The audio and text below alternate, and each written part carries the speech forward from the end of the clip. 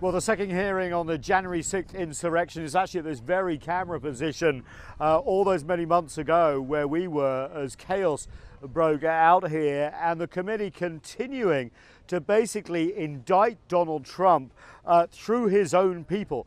We heard again from Attorney General Bill Barr in his recorded deposition at that time, essentially saying that the big lie that Donald Trump has been using since Joe Biden won the presidential election was not a lie in terms of his staff. His staff were basically saying, look, you've lost the election.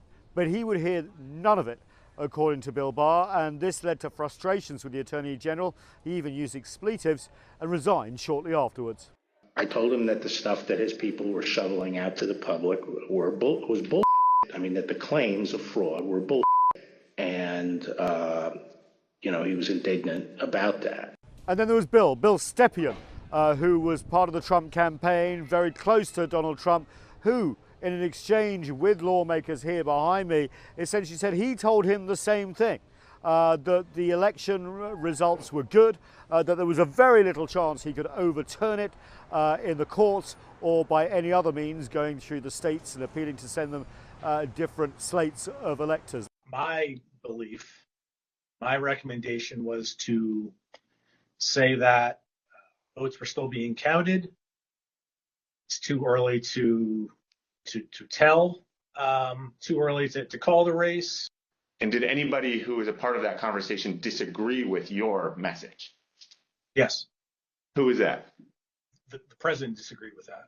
Also coming out of this hearing is the money trail as well. About $250 million, according to one lawmaker, was raised on the back of this big lie. And where did the money go? Well, that's a big question.